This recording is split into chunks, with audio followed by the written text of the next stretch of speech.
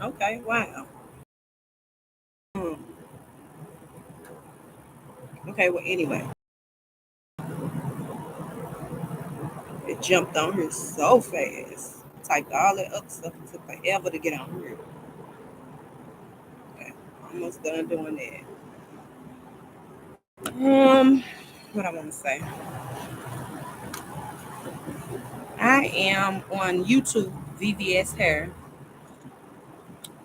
and I got on here to be open and speak about life lessons, life purpose. Hmm. Now, I want to say a prayer before I really like get into it. I pray that the Most High lead and guide my conversation,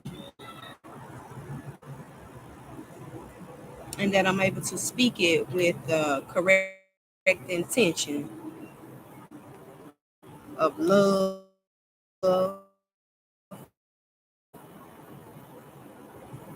and the most genuine, authentic, and just serve my purpose. So before I got on here, it's such a challenge sometimes for me. Before I got on here, I was thinking so in depth about life purpose and the experience of lessons. And so sometimes I get on here, I'm like, okay, where to start, where to start. And then I have so many bombarding, conflicting thoughts. If I could just erase all of that, move all of that out the way, so that I could just speak from the space of how I live and experience life and in the purpose that I'm on in this life. So I want to mention like a couple things, like especially purpose, life purpose, the lessons that you experience in life, your gifts and gratitude. So, you have lessons. Well, let me just say it like this: the things that go on in life, um, that are unfavorable, the things, the parts of life that, if I could just be all the way just transparent, the things in life that hurt you, the things in life that almost seem to keep you from moving forward, whether it be for, in a temporary space or thought process, those things, the things that look like they gonna break you, them lessons. And when you're experiencing them, and when you have conversations, in my experience, having conversations with different people, and they say, they just life lessons. They just life lessons. And I always hear gratitude. So I have a space and a moment of like really living in my flesh sometimes. Like, be grateful, gratitude. And I remember I had a day where I felt like I was breaking down. Because it's a real blow to live life with good intentions and to be, in the space where your good seem to keep coming back to you in the wrong way. And you like, wait a minute, what's the lesson in this? Like I'm doing right. I did right by this person or these people or this group. And what I found personally, the discovery of myself. Like, yeah, you did right by them, but what about yourself? Did you do life maybe pressing you because you're not doing right about yourself, by yourself? How you gonna do right by other people and not by your own self? And some of us have had that problem. We'll do everything good for somebody else, and then we'll be wondering, because that has been my discovery. Like, wait a minute, how do I keep getting the backlash? And the backlash is great.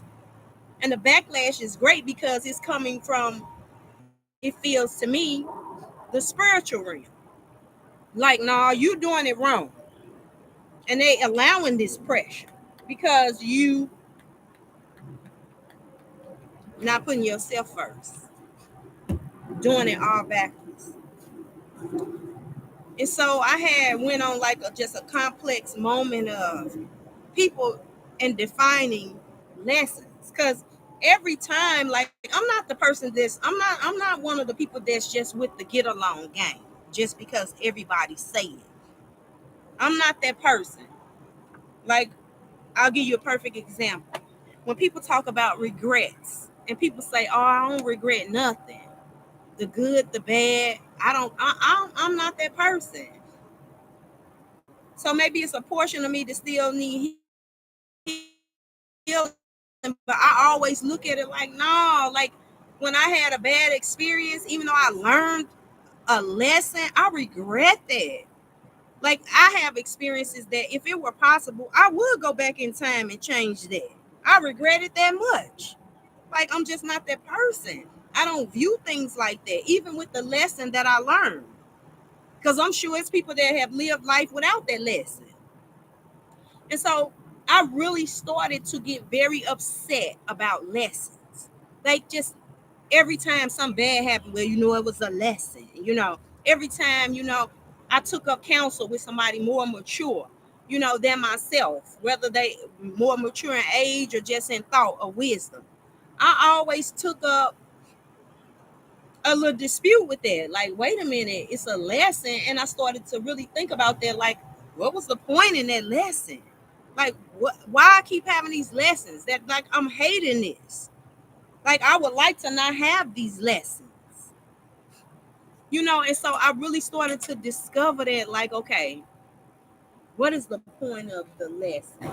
What is the point of your purpose and your gifts of why you are here? And then I started to put all those conversations together. Now, sometimes if I could just get on here and have the conversation the way I first had it in my head, that would be great. Because I feel like the second conversation is always watered down. This is the second conversation because the first conversation, like, I feel like it was so great that before I got on here, I'm like just overwhelmed with tears and crying, you know? Like, I'll give an example of just being like an 11-year-old, 12-year-old girl. And then people saying, "Oh, be grateful." And I'm like, truthfully and honestly, my thought process is being fucking grateful that my fucking mama died. Like, the fuck I'm gonna be grateful about that for? That's truly how I feel. Like, yeah, all them bad curse words. Yeah, I feel just like that. And then, you will have the comparison of being grateful because things could be a lot worse. And you hear stories in your life that are worse than your experiences sometimes. So I even consider that. Like, and then I'll get to a space where maybe it is ungrateful because I'll be like, why it gotta be compared to something worse all the time for me to find a grateful space? Like, why is that the point of reference? Well, it could be, it could have been like, it's always something worse in order to get to the grateful part. And so sometimes they had put me in a disturbed space of my mental process, to the point where one day I found myself breaking down to the point like, oh yeah, oh, okay, be grateful. Like, I was having a mocking moment. And I'm just being truthful. Like, I was having a mocking moment. Like, oh yeah, be grateful that motherfuckers fucked over me. Yeah. When I was doing good by them. Be grateful. I kept saying to myself, no, be grateful. Be grateful. But when it started off, I was in real space. So when I have a conversation with somebody, I want to look at all the positive, all the good things that I could draw out of it. And those are the things that I want to talk up. I want to talk up, because when you're feeling that down, I want to talk you up out of that space, because I internalize a lot. I want to talk myself up out of spaces where I feel extremely low when they happen. I want to talk myself up. And I'm good at that. And it's a difficult thing to do, because when you in that fleshly space, to talk yourself out of that space, to sing yourself, chant yourself out of that space, it's hard. It's a resistance. It's a war. It's a warring space. And so I remember I started out like that, like to encourage myself. But every time I went to encourage myself, an interjection came of a negative thing that happened to me, um, that hurt me. Whether it be a friend or not even a friend, an encounter that I know I was good to you, or I stayed quiet and I didn't mention none of your indiscretions. But not only did you attempt to mention things of me, but you added lies onto it. You added lies, and most of what you said was a lie, was not true. You took a little piece of the truth that people could identify with. People do this a lot. They'll take a little piece of the truth that everybody may know about you, and they'll take that piece of truth and they'll add their lies. Excuse me. About to cry every time. They'll take a little bit of the truth and add the lies in it, and before you know it, it's very believable, mixed with things that you could believe about a person, possible. And so, for some reason, all these interjections of negative things that has happened to me, like, oh, you remember you wrote that thing, and then they just stole it and sold it, and you heard it later, like, wait a minute, I wrote that. Wait a minute. And then I kept saying, nah, I'm grateful. Be great. No, I kept saying, be grateful. Be grateful. And then at some point, like, the battle in myself got so, like, clashing like this, like it was the negative was matching the positive, and I was attempting and working really hard to raise my vibration from the negative meeting up to the positive, so that the positive could supersede that negative energy that was going on with me. But I learned a lesson in it too, because I kept saying, nah. Every time something negative came that angered me, I was like, nah, be grateful. And then it hit me, I was like, nah, yeah, be grateful that a motherfucker did you dirty. Be grateful. Be grateful. And then it turned into mocking, like, nah, be grateful. Be grateful. And it kept coming to me like, why I gotta be grateful?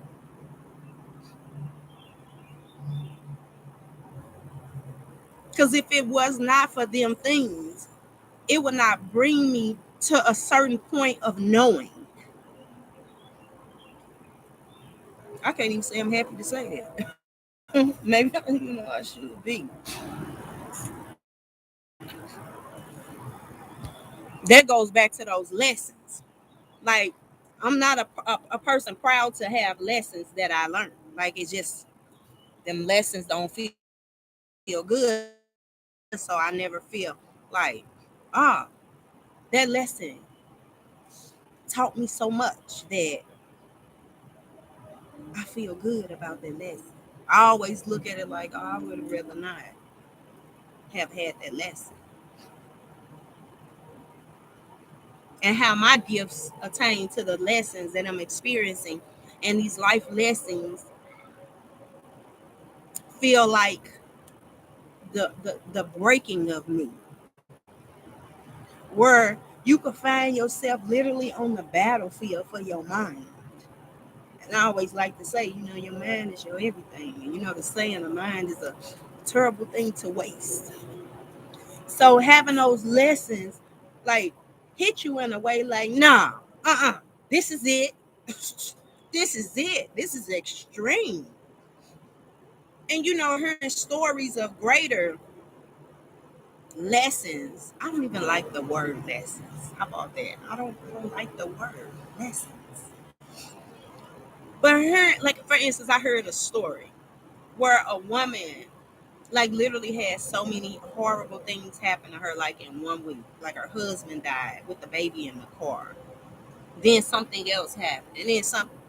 So, most certainly, for me, my hands up, like, oh, wait a minute. Y'all trying to break me now. Why? What kind of lesson is this?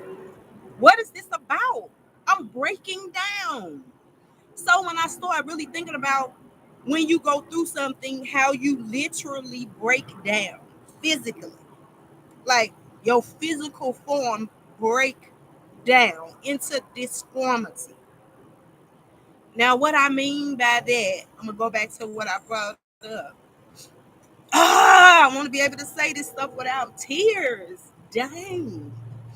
Because I want to be able to get the point across without tears.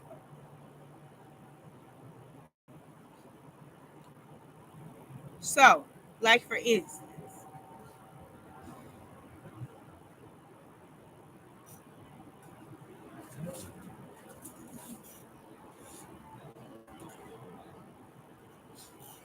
because this is for a purpose,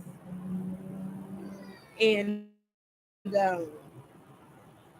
I want to be geared towards the purpose. I don't want to be like spending 30 minutes crying because I'm a crybaby. So, for instance, when I got the word,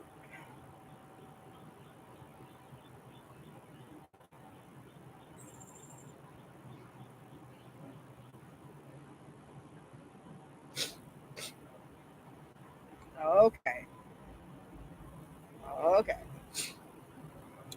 don't cry. When I got the word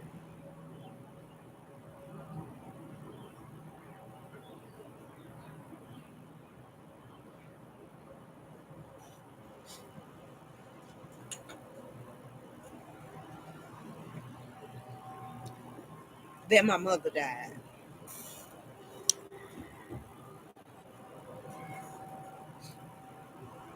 the physical breaking down when I heard the words, um,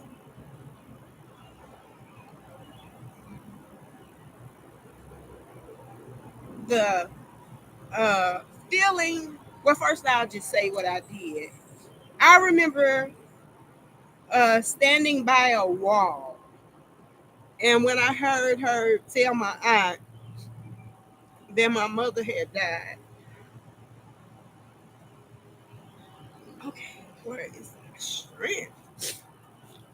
And I remember my aunt saying, because that's my mother's big sister. I remember her saying,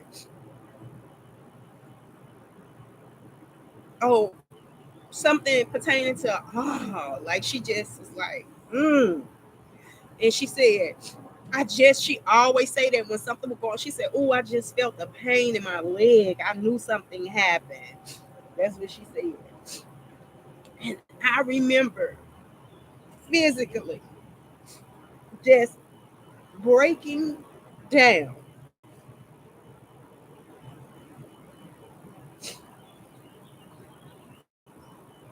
Let's hope I could get to the point of this.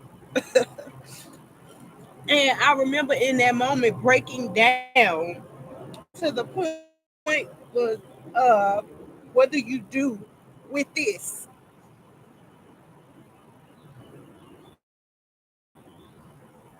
Your arms, your body. What do you do with this?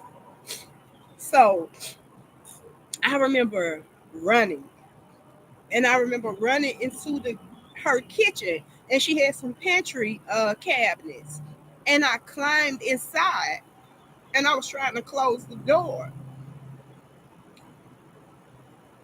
and I remember the person that came and told my aunt she was coming to try to comfort me, but I remember, like, there is no comfort.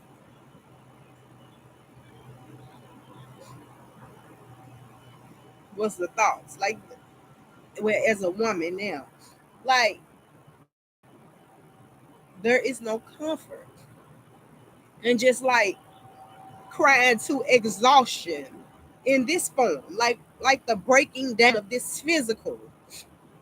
And I remember my aunt saying, "Nah, leave her alone. Like, just leave her alone, let her be." And then I think she went into her room and she closed the door. And any other lessons that happened in my life, whether they were involuntary or voluntary. And what I mean by voluntary, by selection, by like poor life choices, like putting somebody in your space that don't treat you well, and then they mistreating you, and then you breaking down physically because of a mistreatment and not properly sorting it and giving yourself permission to remove yourself from that place. These lessons. And then just everything that happened in life, and people keep saying, well, it's a lesson. It's a lesson. And I'm like, what is I start really thinking, what is the point of lessons? Like, you have a lesson to share with somebody else that's experiencing a lesson that says that, oh, I overcame that. That looks hopeless, but to say you overcame, I managed that particular lesson right there, or these life lessons, and the breaking down of your flesh growth that put you in a situation that when other people are experiencing that, you can say, well, hey, look, let me show you. You can help other people along the way and become hopeful to people like, oh, okay, you experienced that. Oh, you know how that feel. And you look okay, or you are okay, or you are able to manage life in a productive way where you can move forward and help other people along with their life lessons. So sometimes that thought had been a point of struggle. Oh, okay, so my life lessons teach other people that you can make it on this quest called life by letting other people know once you come out of the lesson that they could come out of that lesson. They can learn that lesson teaches them in teaching us to be stronger spiritually, to be better for our purpose in this earth realm from which we came. Because it's like, help me get this right, like the first conversation. Because it's like when you come into this earth, I'm gonna speak for myself. When I came into this earth and come into this earth, this is how I envision it. I envision myself in a beautiful space, in a beautiful place.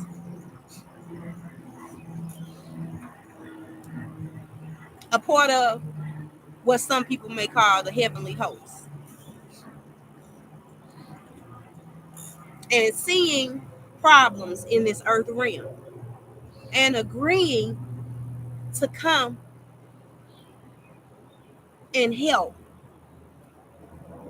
But how I'm viewing it is when you see something at such a great distance, You don't have the experience of it yet. You just seeing it from your point of view. So if my point of view was from a royal stance, some people may not like this, from a royal stance, because that's what I was taught and I believe it, that I came from royalty and I view myself in royalty, in peace, in love, walking in the best parts of myself, whether it be without the flesh, but being an energy source in the best parts of myself. Look into this realm and saying, hey, how do we make this place harmonious with the rest of the celestial system? Celestial. How do we make Earth harmonious? How do we get it to a space of harmony and love and peace? So as a light worker, because where I stand, sit in royalty, and if I had to dress it up in a physical form, I would dress it according to what I like, adorned with jewels, all around me jewels, everything that touches the sight being beautiful, and me coming into a space that I observed at a distance, saying, "Oh, I could come and do that. I could come help solve. I can go and help solve that problem." As I sit in the perfection of myself in that space, and then when I get here, whether or not I knew, but I'm sure it will be more clarity on this side. That when I come here, somebody may instruct you and tell you, and you may see and may show you other things, but when you sitting in a different space and then you enter into that space, it's different. Kind of like Grant Cardone when he talked about going back into the world as if he was, I can't even say a poor man, because a lot of things of poverty and being poor has a percentage, a great deal of a mental space. So when he came back into a society different than which he lived in, he didn't come with a poverty mind, starting with the poverty mind. Like he didn't reach a whole nother realm of thinking. So coming into this earth space and having things that affect you in the flesh. I'm trying to get to it. These life lessons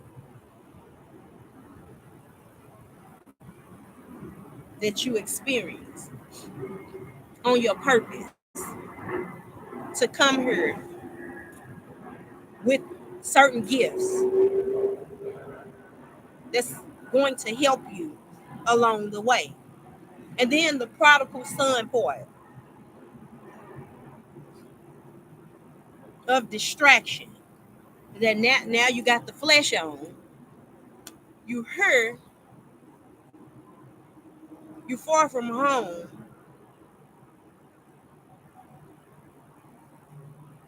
You experiencing this experience on your mission. So in some ways, you get distracted off your mission,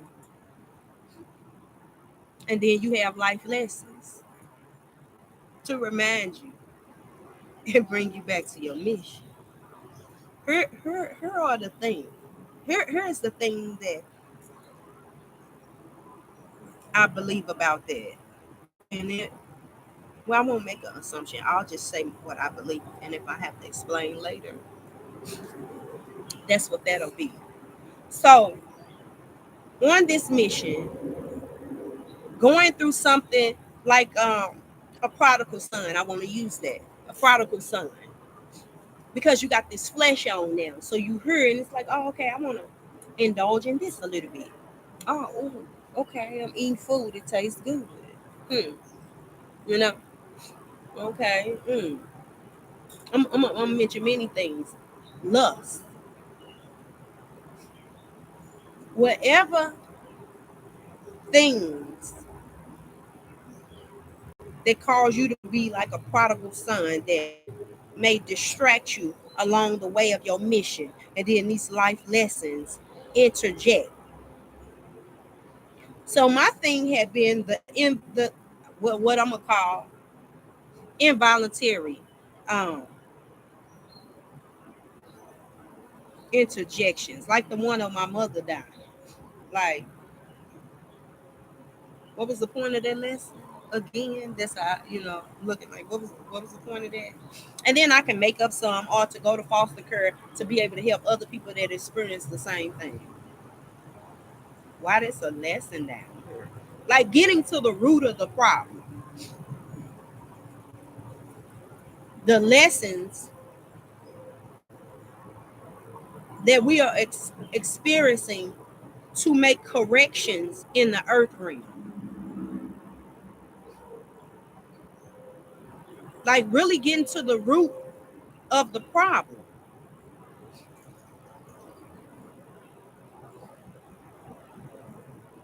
and realizing that it's repetitive. And how I have looked at lessons like that'll be great if that was the last lesson. That would be great. But does the last lesson mean that it's okay? Mission over, time to go.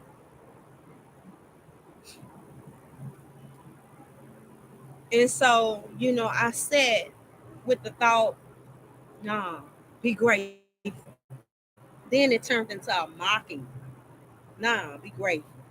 Be grateful that people hurt you. Be grateful. And then I would think, well, when people have hurt me, and I was genuine with them, nah, like I was genuine. What was the point of that lesson? What was that lesson about? Was that lesson about teaching me how to walk in my purpose so that when I walk in my purpose, I would have enough focus and the focus would help keep me from distractions, interruptions, that when I get into the most purposeful space of my purpose and my and the way I walk, I could walk better. I may not be walking with such a big limp. That's what I have to think to say it. Those experiences. Because I'll tell you the truth. If it had not been for people that I thought was my friends, family members that hurt me, and I know not like no, like I meant that everything I done, I meant it from my heart for good. I didn't have a bad space with you, and you turned around. It's a lesson for them too. When you get to the truth of yourself, when you want to see people heal, and we bounce in and out of a thinking flesh and a thinking spiritual mindset, because the purpose of the spirit is greater, and when it's used in an imperfect space of the flesh, it's a magnificent thing when you can give your physical form over to the spiritual one, to have its way with you, to be able to use your gifts in a way that is so free. Wait a minute, y'all. Seriously.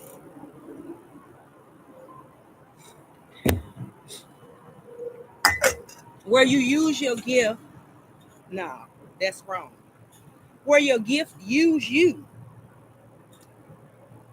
and it's free. And then the physical is not in control at that time. The spirit is. And it's able to cause the greatest impact in this realm to get to the point of part of the purpose of making this a harmonious space.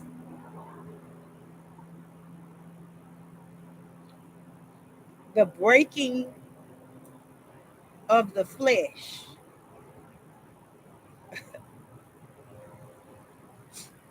is one of the reasons um why growing up, I'll say this.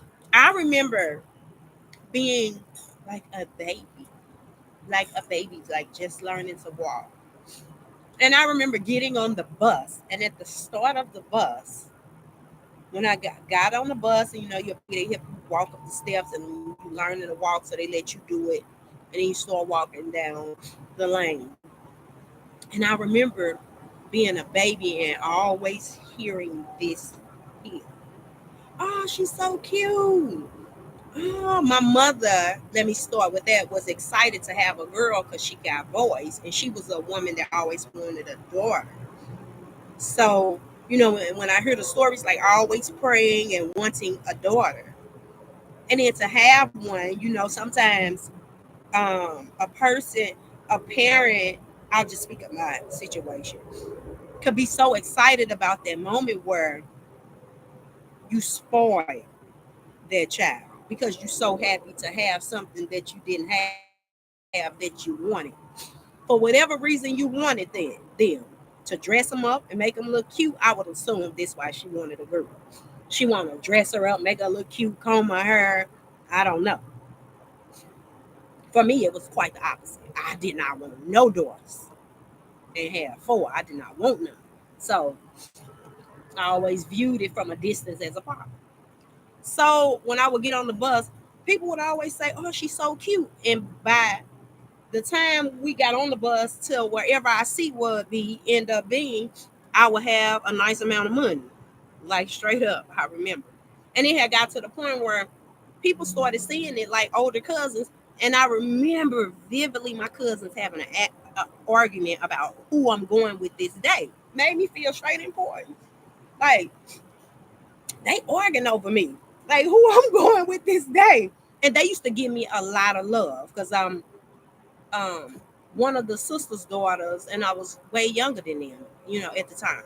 As you get older, it balances out that age thing. But I remember them arguing, and I remember catching on that one cousin, she could care less about spending time necessarily with me. Her interest was, she knew when she take me on that bus, people gonna give me money, and that money be adding up. So I remember that. And then I remember being older, and anytime, and I remember straying from that thought process. When people say you cute, the different dynamics of it, of the flesh. And I remember the lessons that I learned, like from my brothers. I always, of course, we fighting and I'm getting negative things. So I never really had a good outlook on it for some reason. Like when people, they'll be like, "Oh, you pretty or beautiful," I'll be like, my thoughts are going a whole nother direction. Like after a while, and then especially becoming a woman, like, why is that the focus? Why people always focus on a look? I got very annoyed with that. Like that's a big thing in life in the world. Like how you look. How you look can determine how people treat you. Like that's a shame. Like you, but when you, I always think the light on the inside permeates. I want to say that word so bad. I don't have it right in my speech, but the inside light really affects the physical form.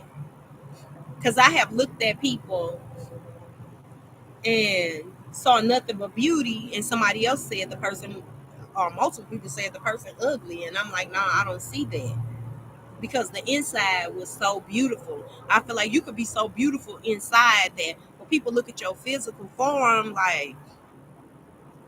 oh no, like you become really pleasing to the eyes, And so that conflict of the flesh and these like lessons that don't feel good, that break the flesh down. Like if you could think of all the times where you cried like a baby. A friend and I, we used to always laugh and say, "Girl, have you ever looked at yourself crying?" And me and her would laugh about this, and we both was like, "Yeah, we've been knowing each other since children."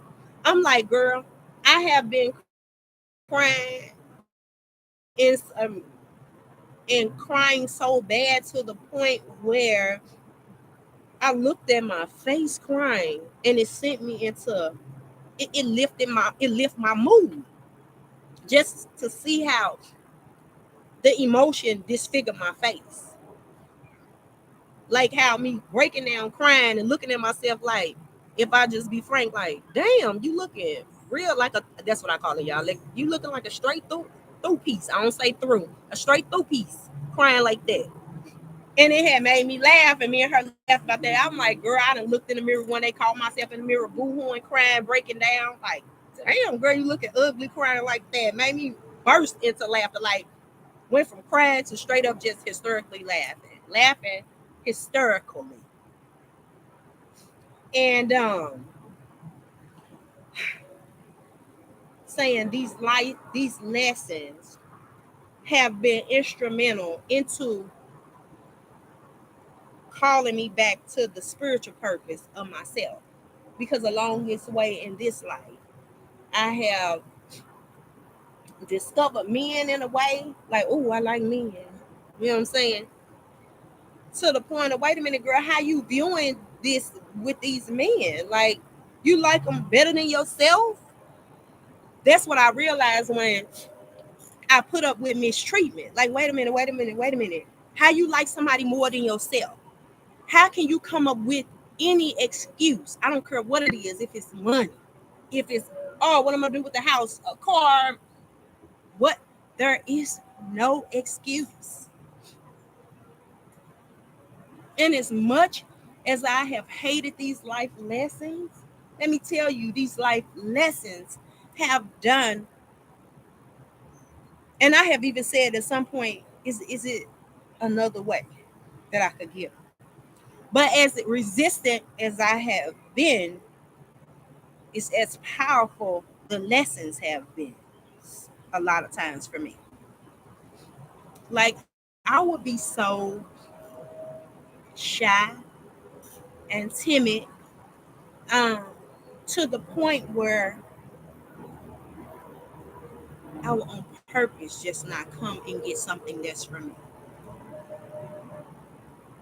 Because of the fear of what people have said, so many things people have said, I feel rain. I'm gonna have to cut this conversation short and restart it, whatever. So, what people have said sometimes had walked with me so greatly that they said that a year ago. And you mean to tell me here I am today with a whole nother opportunity before me? But what they said is ringing in my ears, more in my head, in my thoughts. Like every time somebody maybe have said, like us women, like we can be real arch nemesis of one another. It's disgusting. We always find a reason to fight. And like, I hate to say it, like, I don't even know all the details. And sometimes I go back and like, do I care? Like, I'm gonna mention it one day, but maybe now's not the time. But like, just seeing powerful women go back and forth, and what you could do to bring yourself into a submissive point of, I'm not going to do that. I'm not going to do that. Sometimes that's hard, when you're fighting with people. And especially if you feel right or you know that you are correct. You like, nah, I didn't do nothing for them to be doing this to me. The lesson in it, the part of you where it builds more character, more muscle for you to keep your focus. I'm telling you, sometimes focus is important for you to be able to keep that focus, and these life lessons attain to keeping your focus. If it had not been for, I'm gonna just make it big general. I ain't gonna put it to a woman. I'm gonna put it to a woman and a man. I'm gonna put it to life. If it had not been for sometimes the go hard mistreatment to me, like, where a person going so hard on me to the point where it's like, okay, that don't make no sense. That this ain't making no sense for you not to speak up. The thing with me is finding a balance on my lethal scale, finding a balance. Because what I found about myself in the idea and the thought of true healing and my purpose, being able to handle that. Like, I have walked through so much pressure of those experiences. Just like, just simple things. I always use that because that was one that always came to me. Every time I stepped up to do my purpose, somebody on the sideline, oh, she thinks she cute. Who you think you are? It's always something. And sometimes people good at putting it in a playful type tone.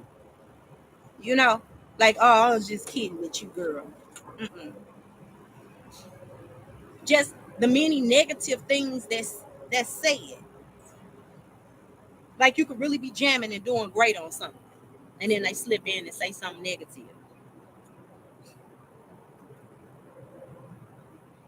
I used to really let that hinder me until I got pressed to the breaking of me, where I started looking at it like, what have I done? Why is this constantly happening to me?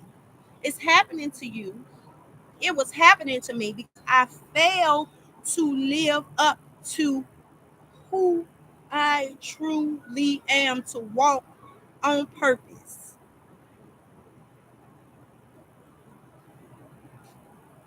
I kept shying and wavering away from my purpose. So what life sent to me is rotten people. And you know what reminded me? I had a friend argument. And I'm like, wait a minute, what's going on? Why is this happening? And he would just bypass that conversation and literally press me. And he's a very intelligent person, though. And he would press me to the point where eventually I'm not easily pressed. But like, over years, it took me to, I'm 43. It took me to get to this space when I put my, had to come.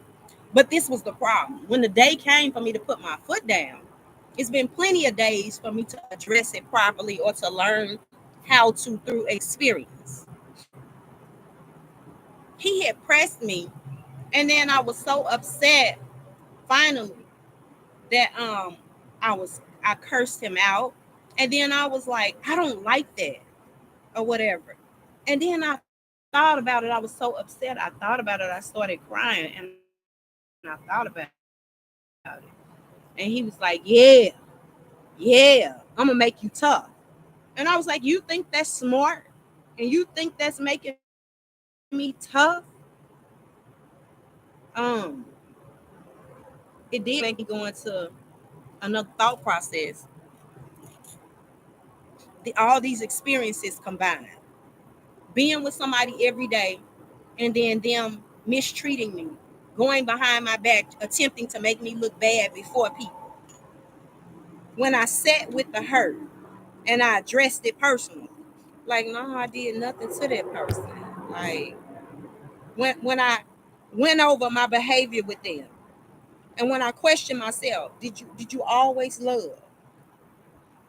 Were you kind and were you genuine? Were you correcting when you done something that wasn't right, that just came out of your personality?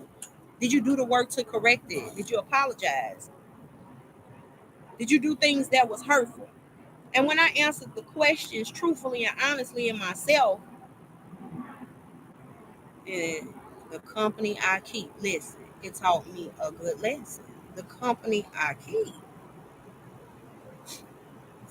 I didn't realize life had started to, all the pressure that I had just been receiving and walking away timidly, shamefully, never taking a stance necessarily, just allowing it to be, letting people come into my space and break my focus, shut me down when I'm supposed to be walking on purpose, and I'm letting them shut me down because they attack me in a space, and I started to feel uncomfortable. So I went and sat in the back and be quiet so that they may feel more comfortable, because they got places and spaces they need to heal. You know what I'm saying? I realized that I necessarily did not know how to handle that, when it was the opposite of what I felt on the inside and I'm being attacked.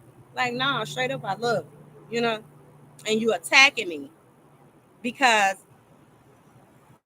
your experience and my experience is different.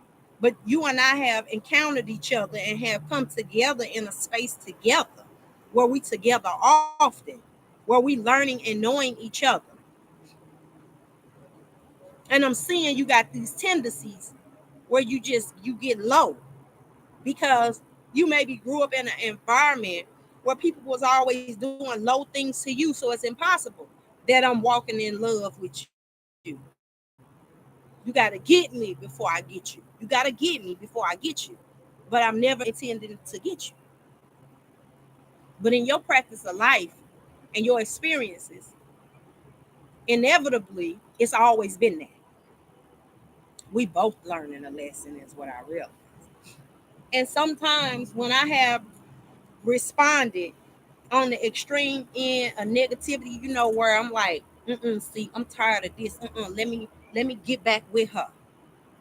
And then I get back with her and I fed the or him and I fed the pain that they were searching for in out of a poor behavior. They were searching for it. They searched for it so greatly till they forcing it out of you. That pain. People be having a need for what they used to. It's just a bad habit, like cigarettes. It's bad for you, you know. But at the moment when you huffing and puffing, it seemed to be comforting. At the same time, it's hurting. I think we do that in sexual experiences too, where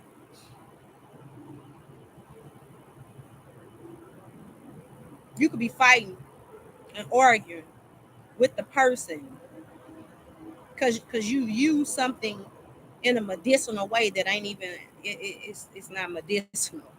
It's not helping you. The flesh is very dysfunctional, and I feel like I always know that. So like even when I have sat next to men that maybe I was interested in, I thought I was interested in, but I noticed I quickly get annoyed if a man keeps saying, I have had that. Oh, you really pretty. You pretty, you pretty, pretty, pretty, pretty. I'm like, damn. What else? Do you see anything else in me? Or do you just see pretty? Come on now, lust. Shit, that's exactly what I'm thinking. Like, come on now, lust. That's how I be like, oh, okay, lust.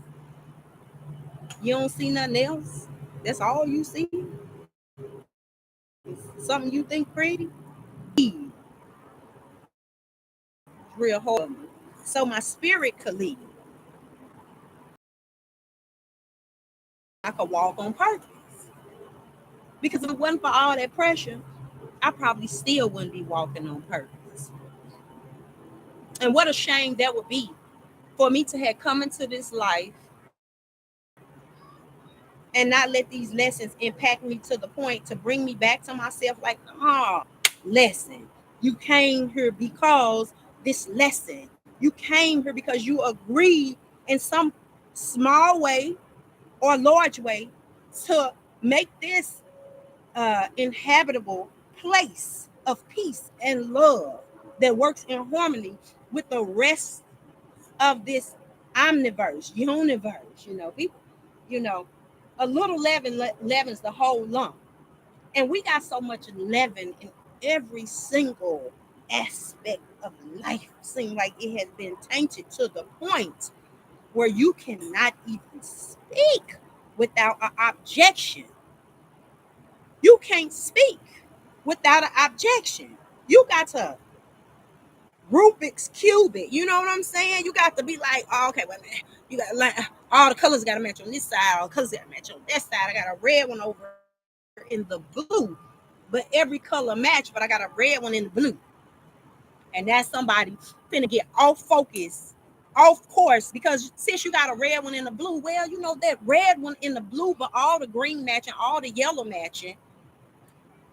But this one red one and the blue, let's not get off track, because remember, that listen, that red one and the blue is your reminder that we walking in the flesh. Okay, a little leaven is the whole lump. Yes, I got that out there. King James version. So we have had so many tainted spaces that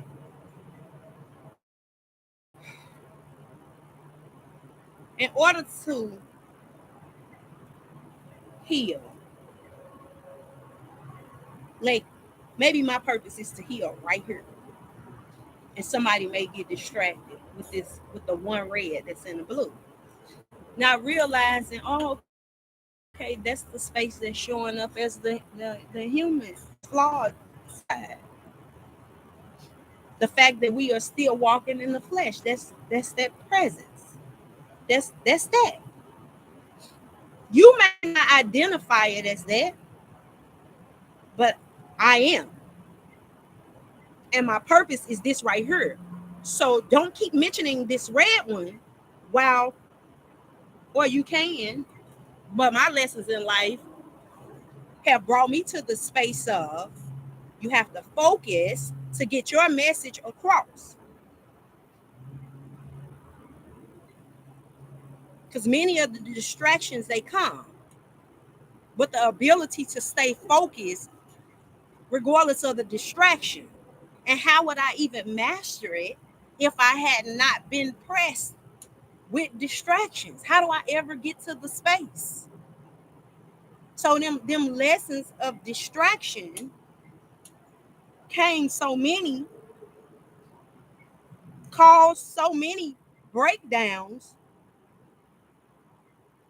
so many going back to scratch, going back to the drawing board.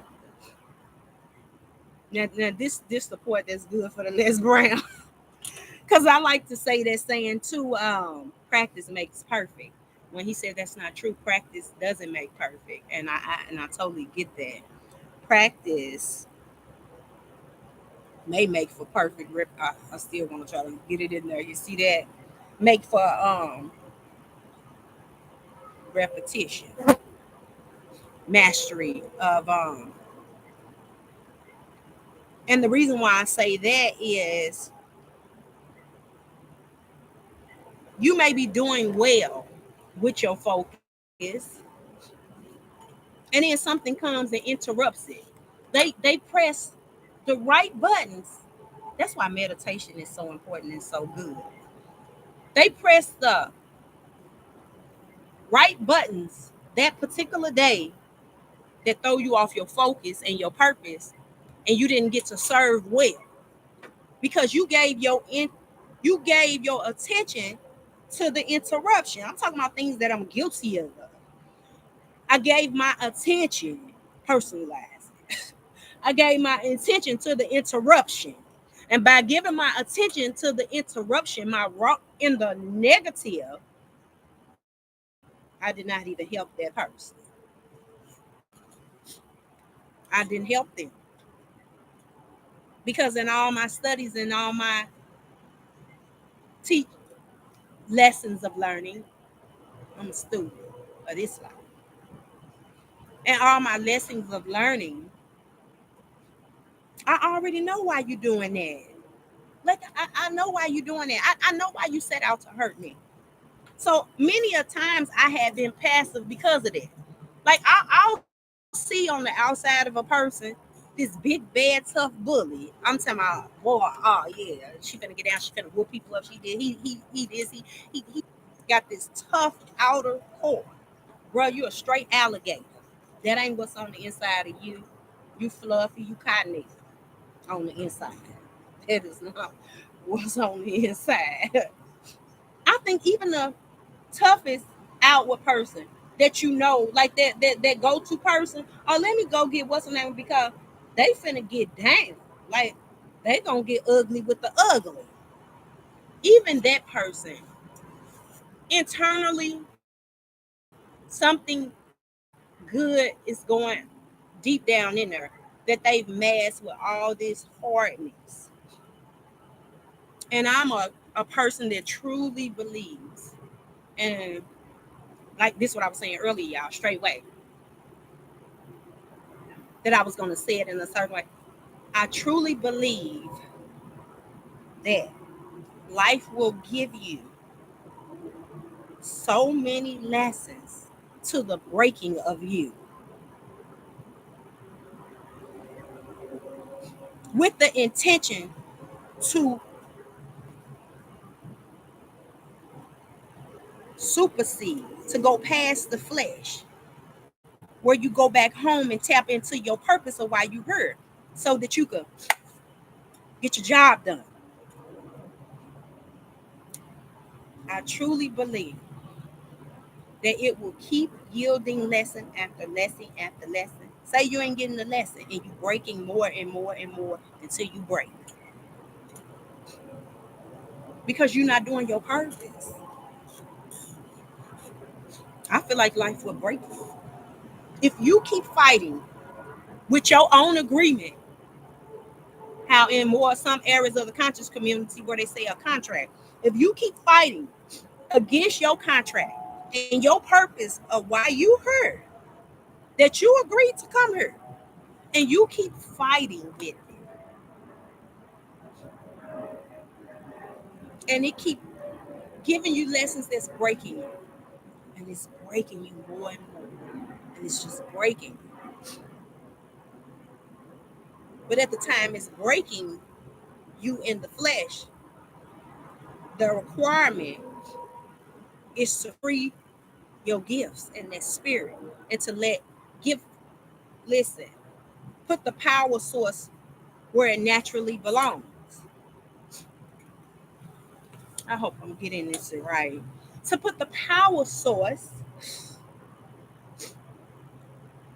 to put it where it naturally belongs so it can do its job in this flesh while it's wearing this suit that you agreed to come in here wearing. So if it's using a suit that looks good on the outside partially to get the message across, it made your physical form look nice. You pleasant to look at. And I actually got that sitting in a and I wrestle with that because most certainly everybody don't share the same opinion. I remember sitting in the dressing room and I was so mad and I felt so ugly. I think I said this on her with a bald head. I was even if you're changing something that you think would be better, you address a person at their personality of who they are and you enhance that part of them into garments, so to speak. And I remember saying, I'm done and taking the jewelry and everything. I'm going sitting in the back. And one of the guys came and he started talking to me. But he was like, what if that's a part of it, though? What if that's a part of it? And I remember being upset. Like, I didn't want that to be a part of it because it felt like a burden, like what Beyonce say. Um, Pretty hurts. That song, Pretty Hurts. Because when you get that, you get a lot of backlash for what other people said and how other people feel. Like many times I have felt like, why the fuck are y'all attacking me? Because a person thought that I looked cute on the outside. Like that's crazy to me. You attacking me for it? If you only knew. I'm not even thinking that. And then that part, I having to dumb myself down to make people feel better. Because now you could be cool with me, you accept me now. Now that I walk less than my purpose, part of my purpose, you cool with me now. These life lessons came breaking me physically to get to the purpose that I came here spiritually.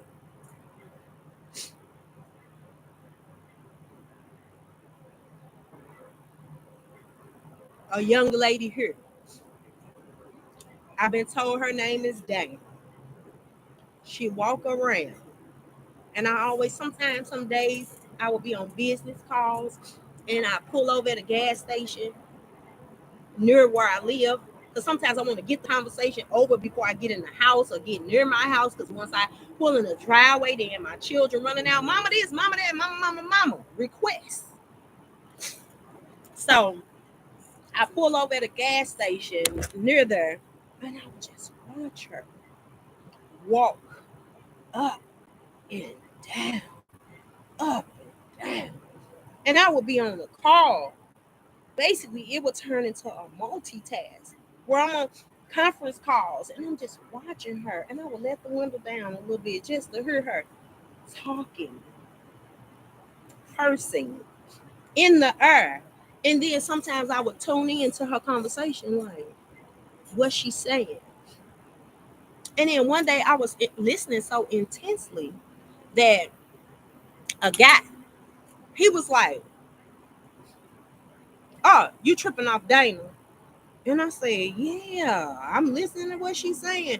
He was like, yeah, she lost her mind. That's what he said. She lost her mind. And I was like, yeah, I be sitting sometimes watching her wondering. And I don't like to be too curious because I always say she did. And I probably say this a lot on her. She curiosity killed a cat and it'll kill your ass too.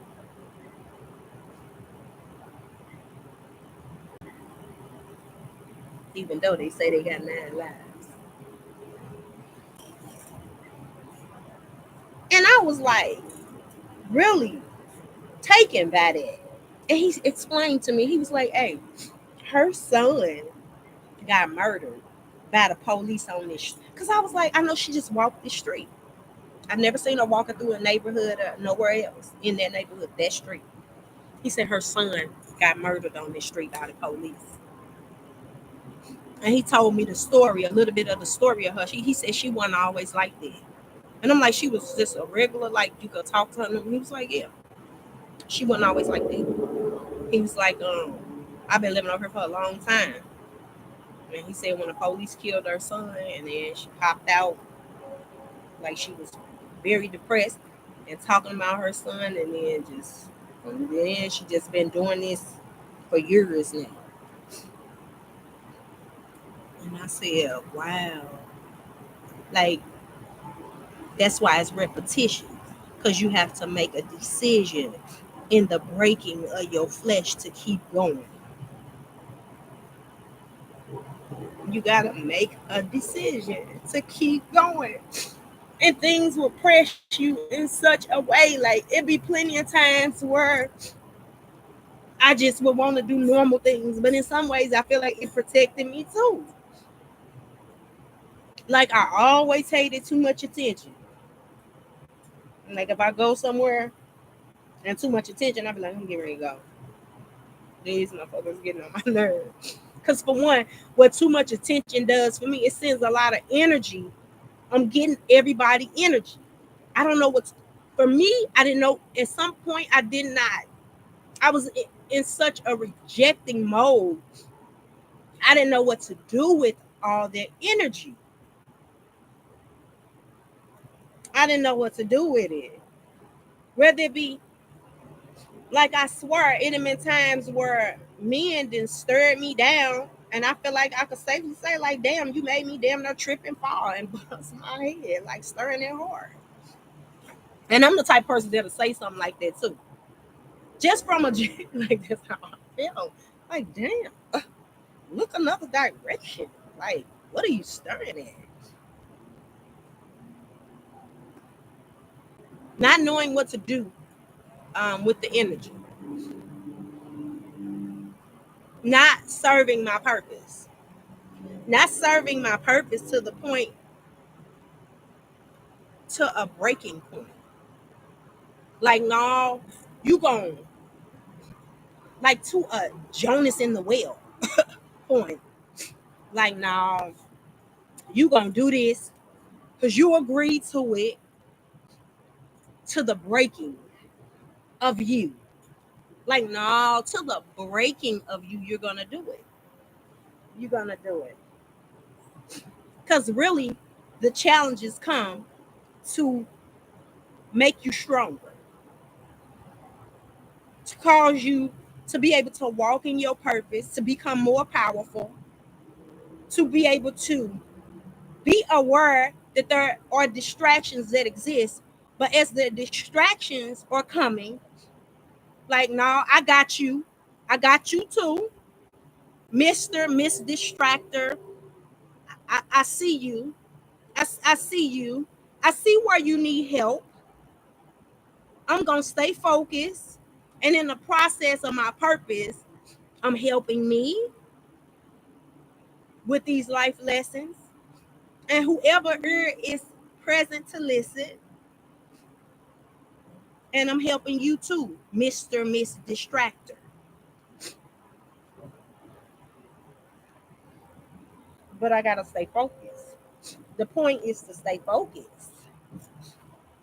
Because when I stay focused,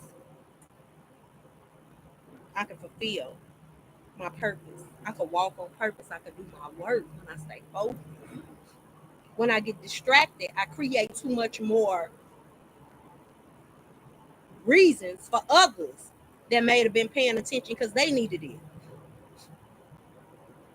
But at the same time, showing you that, yeah, I'm that little red block on the Rubik's Cube in the midst of the blue that's not perfect. Blue is my favorite color. I'm not perfect. It also is the reminder that I'm not perfect. You know, sometimes it helps you in the balance of life because people will watch somebody and put all they every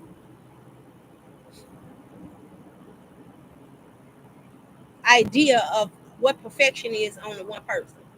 Like watching a pastor, and you got all these expectations because he a teacher and he's teaching. But truly, I think if you're a person always not necessarily like a teacher and just take the lesson from which they spoke,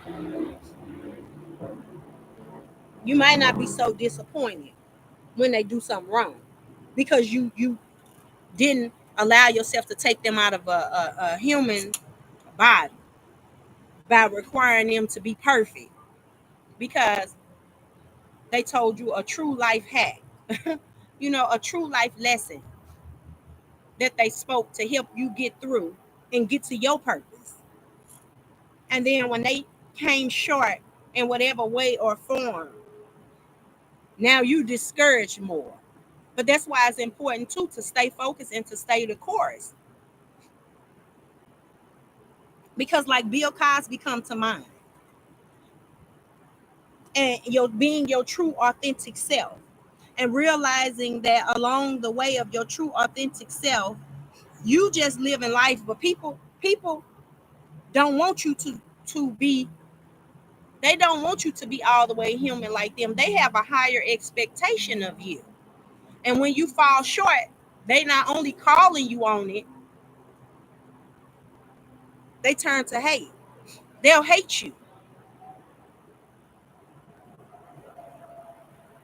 and it'll be hard for you to redeem yourself if you even willing to do the work to do so.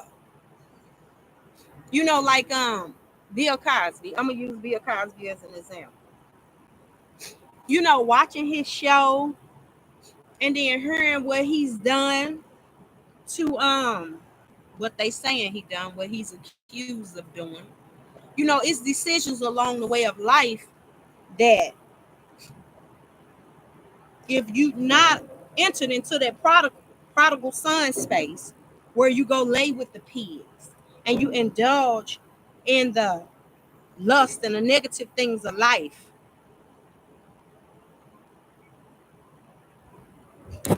Dang, I moved it. I keep this table is wiggly and I got it sitting up on something so it can't move. And then every time it moves, I think all my stuff gonna fall off. I'm drinking coffee in the heat, but I'm sure it's not that hot no more. It's room temperature. But I really wanted some coffee. Like where it stops or it affects his purpose. Because we used to hear him talk about positive things, and I truly was not mad when he said the shit about they're going in the community. When he said you walking around, I had to pull that shit up.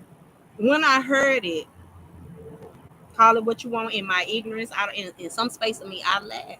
Because shit, in true form, in the hood, that's the shit I heard older people say. Like y'all walk around here with your pants sagging, going off. Oh shit, get cool with you a bunch of older people. They be going off on young people and go off on your ass too. They see you look like you clown. And it tickled me. So when I heard the company you keep, that's the interjection. The company you keep. He got them invitations to that motherfucking Playboy Mansion. He probably should have said no the first time he got it. It was dressed up pretty. Hugh Hefner, he's this, he's that, coming to the Playboy Mansion. You get there, they indulging in all type of stuff.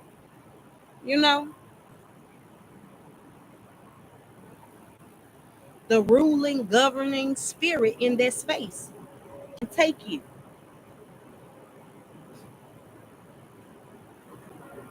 You gonna draw it, or it's gonna draw you.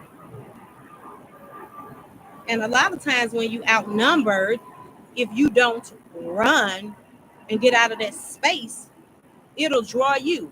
It'll make you second guess and think about doing things that you never desired to do, never wanted to do, but you in the governing space of that spirit, of them spirits, actively using those vessels, those people at that time, and you keep putting yourself in the company of them.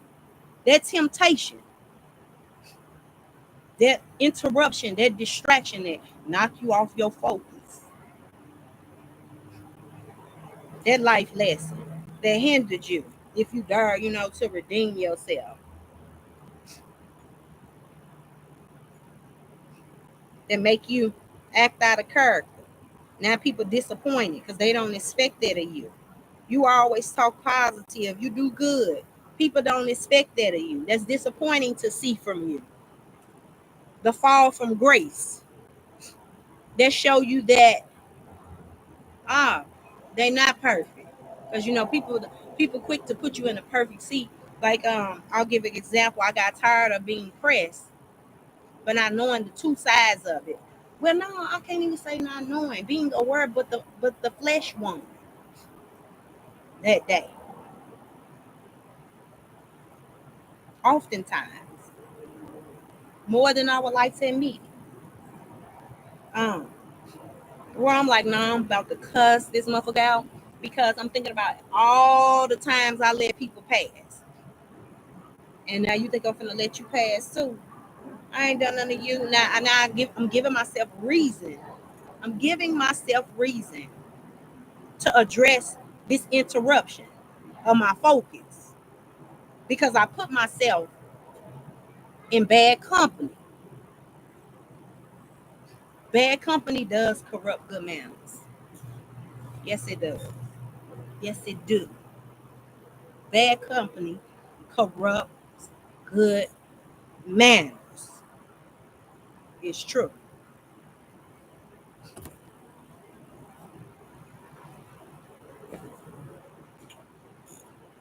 And so these lessons brought me to a space of breaking me to the point where I'm saying I'm grateful because I know that's the protocol. Nah, you're supposed to be grateful. You're supposed to be grateful. But really, I'm mad. And I don't want to be grateful. That life teaching me a lesson to bring me back to my purpose of myself of why you here. Now, you here, little sister girl, because you agreed to do this work. And it's many people around the earth doing this work on different levels. And you agreed to this. And you veered off your path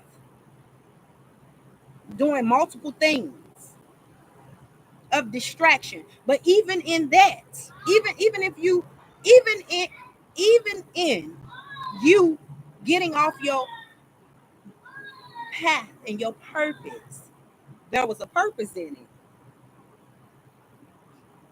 Because if I and then when they think you sleep on it, then it may pop back in when you think you like it's a lot of women out here, and I have to think about that probably consider themselves loyal in some degrees. You may not really know because you only know yourself in a relationship. What's lying dormant in there? What's in there lying dormant, hiding? What's in there? Um, these lessons to the breaking of me or the breaking out, where I allow my spirit and my purpose to be free to do its job. No, why? Until I allow the breaking of the flesh to the point where it can be free to do its job. And my thought process is, if you don't free it where it can do its job, it'll break you to the point of danger. It'll break you to the point of danger. Where your mind is your everything, you don't even have that mental space. You walking around here, it then broke you to the point where you walking around here, talking to the earth, then fell into the category that they have masked with the word crazy,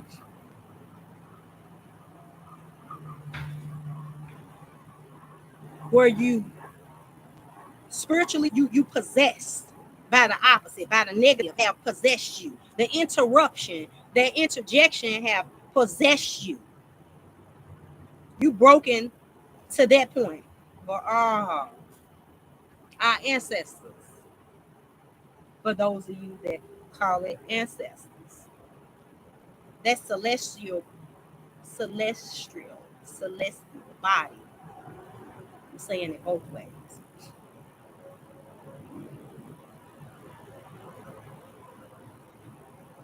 That cause in effect.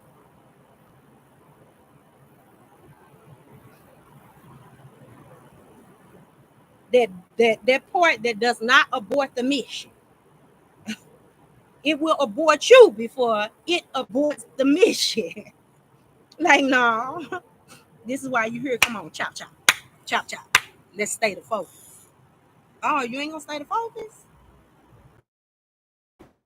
You you gonna go off course? You gonna do something different? To the breaking of you gonna do something different? No, to the breaking of you. You know, like Jonas and the whale. You know, I know some people be like, that story is false. Listen, don't lose focus. The breaking of you, where we don't even use original words anymore to help people when help is there. Even put some, look, love you so much to keep you on your purpose that they have people here in a mental space on the level that where they still got you on the earth. You still on the earth. You're not off the earth. You didn't die. But now you consider crazy. So those healers that are hiding because life, I'm gonna use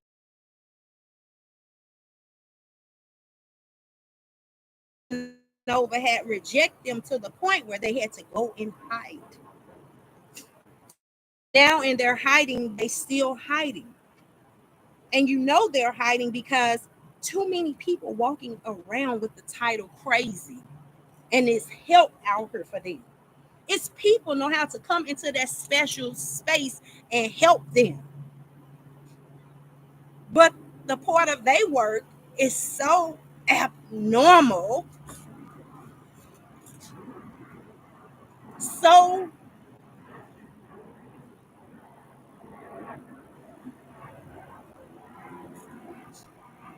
unpopular to what has taken over the world that they using fear and they scared to do their work.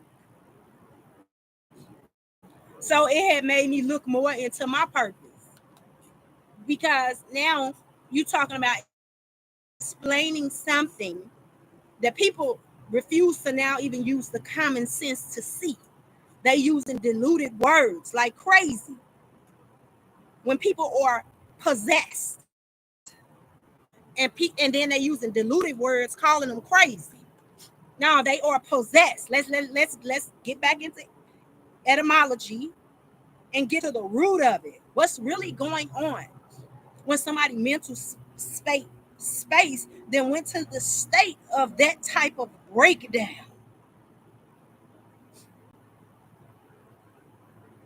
But due to unpopular demand, those healers don't really want to say nothing. They crazy. But you know it's more than crazy. The gift, you got the gift. You know it's more than crazy. I even consider myself at times like when I said this on Facebook or somewhere before on a live or something. I hope I could say this because nobody is seeing this right now. I would assume. Where I was walking down the street, and I really don't feel like even telling this story, but like where I seen what we call crazy in a person, and I clearly see like when I'm looking into the windows of their soul, like wait a minute, I see something. I see some spirits that cause this person to be acting that deformed them and broke their physical on the downside. What caused that? What caused that? Like when young Pharaoh was doing a video and he talked about being taken and them working on his 33rd, if I'm correct, vertebrae. He probably was prophesying. And sometimes people speak and aware of what they speaking, and the people, some people that's viewing it aware, and some people that's not. You know, that's glitter. That's when you know that in the King James version when it talked about some fell on good soil, some fell by the wayside. Some yeah, that's the masses of us. Some people gonna grasp it. Some people gonna throw it away. Some people gonna hear it and receive it and then walk away, forgot what they heard, not gonna receive it to no use. Maybe it don't pertain to the gift they have. But when he spoke of it, and then it was mocked, I looked at it different. And then I looked at what happened after and how growth happens. Your mental growth. A lot of times it happens going through things, unfavorable things, making bad life choices that forced and pressed you into another knowledge because it had observed your walk in the physical. And if it had not oppressed you that way, it tried to give it to you just like this. You didn't receive it like that. But when it gave to you with a smack in your face, you like, hold up. You received it for some reason when it smacked your ass in the face. But when it was given to you with just a subtle, gentle kindness, because the physical form is it attains to more of the nature of a flaw. So if you could cause this flawed space and you can allow your spirit, that's what I was saying, to be free, to do its work and its purpose. That's what I had to learn. Stop trying to control it. You can't control this power. It's bigger than you. It's bigger than you. You can't control it. And it doesn't work well when you in a physical form. It needs to use the physical form in this realm of earth.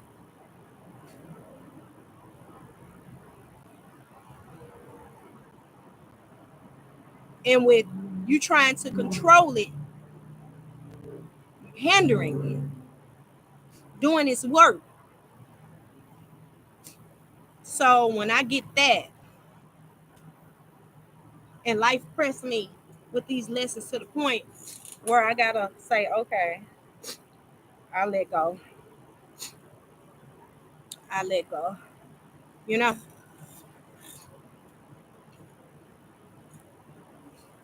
yep, you can use me because I see if I don't let you use me because I made this agreement and this is the purpose in which I'm here, you're willing to break me. Yeah, you willing to break me.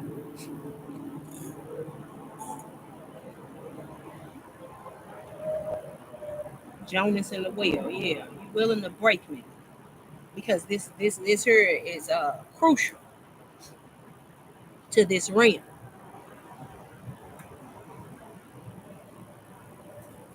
to have heaven on earth.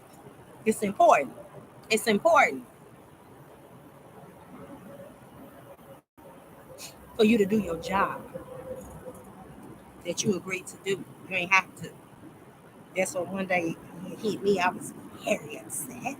Like, no, mm-mm.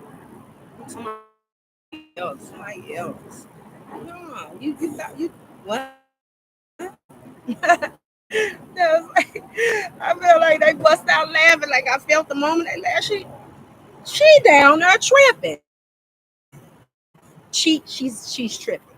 She's tripping. She's tripping. She didn't put this physical form on and down a straight trip and feeling all the effects of it like a drug. You know what I'm saying?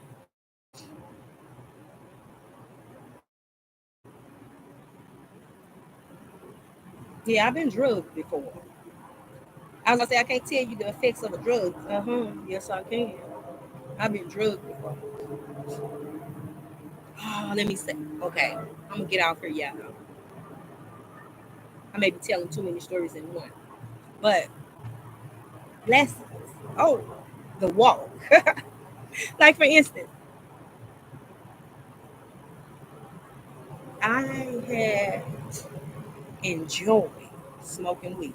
This. When I tell you, not for friends, I don't need no crowd. I don't need no group. By myself. Okay. And I remember being in spaces and people wondering, ask, but I went on. They inside me and they sent to question me. So they trying to get in my personal space. After so long, I'm the type person. I'm like, after I get done questioning myself, like, think I'm why you up for okay. Bang. I'm smoking weed. So I had got to the point of smoking weed where I was like, I would think about the influence of my children and how I told them don't do drugs. And I'm like, no, weed is a herb. It's not a, and I do believe her. Yeah, it can be. Because too much of anything can turn into a bad habit. It could be good to a certain point. And we nothing wrong with smoking weed. But if you smoking weed every day, and then according to some people purpose, that's when I figured out like, nah, you really ain't even supposed to be smoking weed, not you. I had adopted this right here. If you talk to me about weed, I listen to my elders. A couple times, a couple of them decided to talk to me about their weed experiences. I don't want to hear that. I don't care nothing about that. I remember one day, an uncle of mine, he was telling me about back in the day when he was young, all this big weed. He was selling it. He had all this weed. And he was like, until the Lord, he's a Christian, till the Lord took it from him. So I got interested all the way up. I'm like, this sound like convinced me. And I was like, let me go. All right, like I'm finna go. I don't need nobody convincing me. Not smoking no weed. This is my joy. One little thing that I feel like I do, and this is what I found out about it. What I found out about it for me, and I smoked enough that I don't need to complain. I've enjoyed myself with the herb.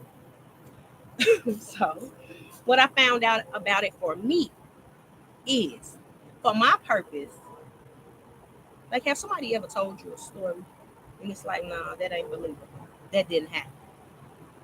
And then the next thing that comes up, if somebody dare say that person was drunk, that's reason, any reason given to not to believe something that could very well be a fact, could cause a lot of disbelief. Like, nah, she known to drink. She probably was high. She was high. You could be telling somebody something miraculous that happened. Everybody didn't know each other. And they said, well, she was high. Oh yeah, me and her had just, blew a tree together. Oh, y'all motherfuckers hallucinating. Brother high not, no, they have. Not now. I'll focus again. The interruption. That's when it hit me. It hit me one day that, nah, you done. It started hitting me, and I never wanted that moment to happen